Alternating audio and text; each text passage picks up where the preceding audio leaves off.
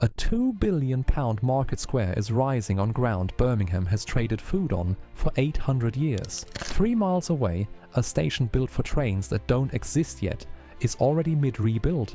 Underneath it all, a tram line is cutting through a city still repaving its own roads. Combined investment over £4 billion. Let's get into it. Number 1. HS2 Curzon Street Station. Part of a national project now expected to top £80 billion. Start here, because everything else on this list is being built around it. Curzon Street was the original terminus of the very first intercity railway in the world, opened in 1838, then left as wasteland for most of a century. HS2 is rebuilding it as the newest mainline station in Britain in over 100 years. As of early 2026, the project is in a reset phase where the government is re-agreeing cost and schedule with the delivery team. Viaducts are already rising on the eastern approach into the city. Groundworks are well advanced, but the timeline for the station's main building, the actual superstructure people will walk through, is still being finalized as part of that reset. Here's the part that matters for the rest of this list. Whatever happens to the wider HS2 road, Birmingham is treating Curzon Street as fixed. Every other project in this video is being built as if the trains are already running. That's either remarkable confidence or a very expensive bet. Probably both. Number 2. Birmingham Smithfield. Nearly £2 billion. This is the one changing the skyline first. Smithfield sits on 17 hectares just south of the Bull Ring, on the site of the old wholesale markets that fed the city for generations. In June 2025, Birmingham City Council approved revised plans for the site. Construction is expected to start in early 2026. The scheme, delivered with developer Lend-Lease, will bring around 3,000 new homes, a rebuilt home for the historic Bull Ring markets, and one of the largest new public squares in the country, all within a 10-minute walk of the future Curzon Street terminal. It's being built in 4 phases stretched across the next decade, with a full completion date around 2037. But here's what makes it different from a normal housing scheme. Developers are designing Smithfield's first phase to hit zero carbon in operation standards from day one, not retrofitted later, built that way from the start. City planners are betting that buildings which don't meet future environmental rules will lose value fast, so they're refusing to build anything that could become obsolete before it's finished. When complete, the project is projected to support thousands of jobs and pull in billions more in private investment around it. That's not a redevelopment, that's a second downtown. Number 3. The Midlands Metro Extension and the Central Heart Prospectus. Over 400,000 square meters of new commercial space unveiled in early 2026. While Smithfield rebuilds the south of the city, this is the plan to rebuild the middle of it.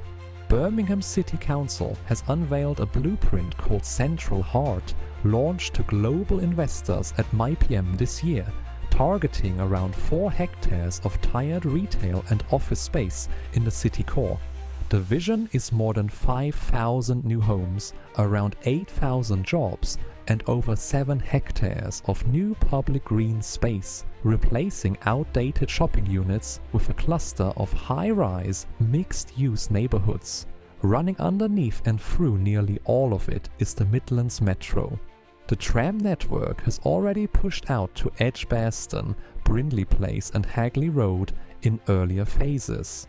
The next stage is designed to link the new Curzon Street Station directly into that tram network, stitching Birmingham's transport map into something closer to a genuine city grid than the patchwork it's operated on for decades.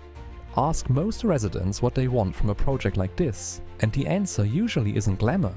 It's simply being able to get from one side of the city to the other without needing a car. That's what Central Heart is actually selling. Not towers, movement. Number 4. Digbeth and the Knowledge Quarter, home to one of the UK's fastest growing film and TV production hubs. This is the project that gets the least attention and might matter the most long term. Digbeth has spent the last decade turning from an industrial backstreet into Birmingham's creative district, and in 2026, that shift is becoming permanent. New studio space is opening for film and television production, positioning the area as a genuine alternative to London and Manchester for UK screen work. Alongside it, the city's knowledge quarter is expanding, anchored around research, health innovation and higher education, aiming to keep Birmingham's graduates in Birmingham instead of losing them to the capital. Neither of these projects comes with a single headline-grabbing number, the way a stadium or a station does. That's exactly the point. Cities that only build monuments tend to hollow out once the ribbon-cutting ends. Cities that also build the industries and the workforce around those monuments tend to still be growing 20 years later. Birmingham appears to understand the difference and is quietly building for it. Number 5. Birmingham Airport's master plan to 2041.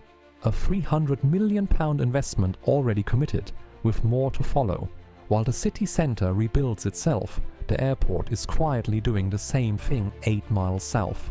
Birmingham Airport closed out 2025 with a record 13.654 million passengers, its highest total ever, and it's now planning for a future well beyond that.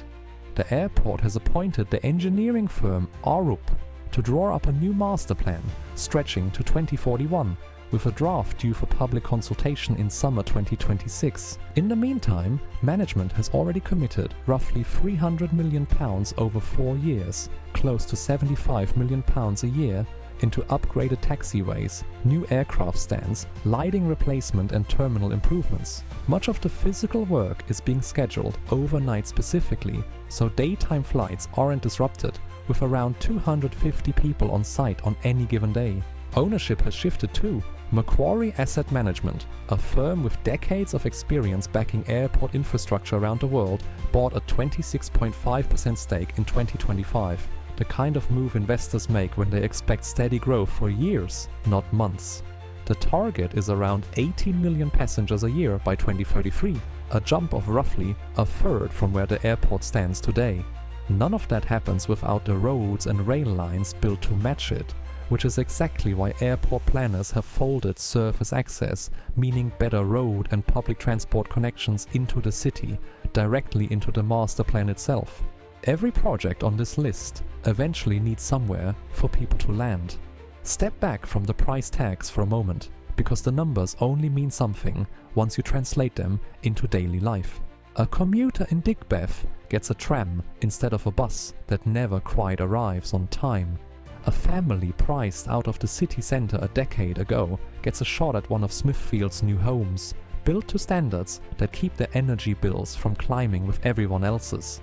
A graduate from one of Birmingham's universities gets a reason to build a career here instead of moving south.